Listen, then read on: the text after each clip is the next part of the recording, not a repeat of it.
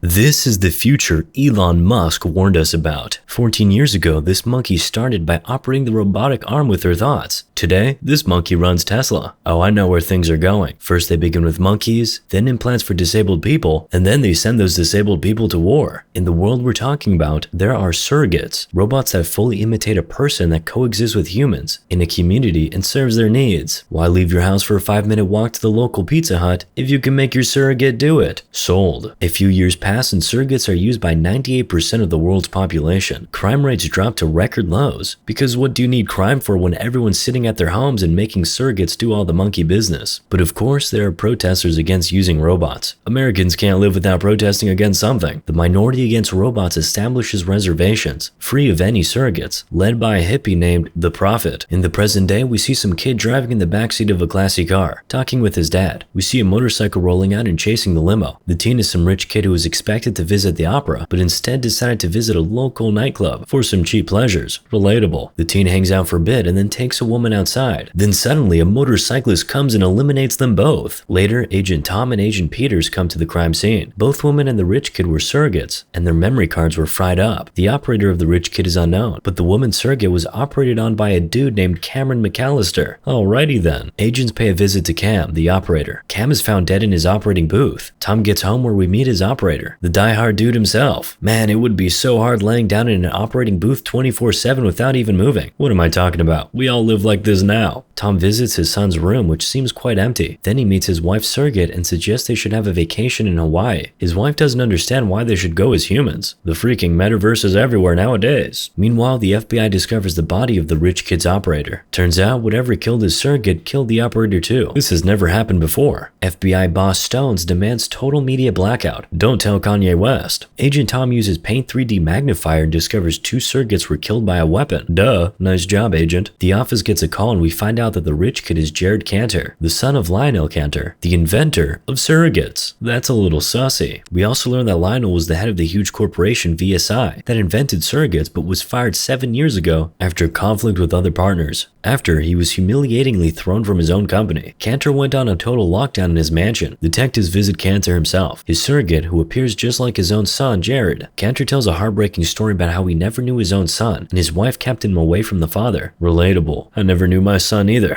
Never had one though. Tom shares that he also lost his son to open up to Cantor a bit during the dialogue. Then Cantor realizes that whoever killed his son must have been hunting Cantor himself, and Lionel blames himself for losing his child. Now the investigation gang visits VSI headquarters, which appears to be an amalgam of Apple and Microsoft, a soulless company out to suck your money. VSI chiefs don't even want to hear that someone can blow an operator's head through a surrogate. Of course, they are scared to accept the bankrupting truth. Without getting any answers, Tom goes to the engineering floor. They meet Dr. Steinberg, who helpfully gets agents through the engineering process. Apparently, some of the soldier surrogates were brought back defective, without any scratch and a missing optics and identity chip, just like Jared and his one-night stand. Agents visit Army boys and the general, but the latter says no weapon can eliminate both the surrogate and its operator. If it existed, he would have known about it. All the weapons came from the Army initially. Back at the office, Agent Peters finds Miles Strickland, a motorcyclist suspect. He was busted for some criminal activity before but was released. Anyways, Miles was found by the CCTV office. Tom runs to catch Miles while Peters is left alone with the "that's literally me" guy, CCTV admin. While they're enjoying the small talk, the camera detects an assault and battery. Admin finds the surrogates and disconnects them from a distance. Nice tech you got there, cops. Is that legal to disconnect operators from their surrogates? Who cares when Big Brother is the one who writes the rules? Meanwhile, Tom chases Miles on a helicopter. The latter heads right into human reservation. Cops have no jurisdiction there, so Tom must be careful. Yeah, whatever. Like we haven't seen the FBI breaking their own rules twice in this movie already. Miles gets caught but grabs his stashed weapon and destroys all the surrogates. Then he shoots at Tom, but our boy gets the helmet off before getting his brains boiled. Miles gets in the reservation and after a moment, Tom returns to his surrogate while his birdie gets down. Ouch, reminds me of that tragedy. Rip in peace, Kobe. Tom is lucky enough to lose his hand, so he grabs a gun and continues pursuing Miles, but they're on reservation territory now, so the redneck anti-surrogates chase Tom too. Finally, Tom catches Miles and takes his weapon, but he gets shot by angry Karen. Tom, the human, is pretty fried up and calls for help from Maggie, but she's probably doing some sussy surrogate stuff. Meanwhile, at the office, Peter gets scolded for her partner's behavior and dismissed for the day. Finally, Maggie is home to find her husband lying on the floor, almost deadly dead, and calls an ambulance. Meanwhile, Meanwhile, Miles gets a visit from the Prophet himself. The Prophet asks who gave Miles the weapon. Miles doesn't know. Tom is at the hospital with his hot surrogate wife. I wonder if she's like a human down there. I mean, at the bottom of her heart. We learn that dreads from the human reservation considered the helicopter crash an act of violence and declared a revolution. Oopsie. Boss visits Tom and says he's suspended and won't get a new surrogate for some time. Bummer. Guess you'll have to pick up Pizza Hut on your own. Too bad your son is dead. He could have done it too. Tom leaves the hospital and meets Peters, who sees him in the flesh for the first time. They take a walk outside and Tom is anxious. He can't even remember the last time he was out in his human body. Oh god, so relatable. They visit a local shop of cheap surrogates, but they're all too saucy for Tom. It's not what he needs, so he goes out all alone with his bones. If he can do it, then maybe I can touch grass too. Tom goes to the human reservation and finds his surrogate crucified. Those human lunatics. There's a rally where the Prophet announces the death of Miles.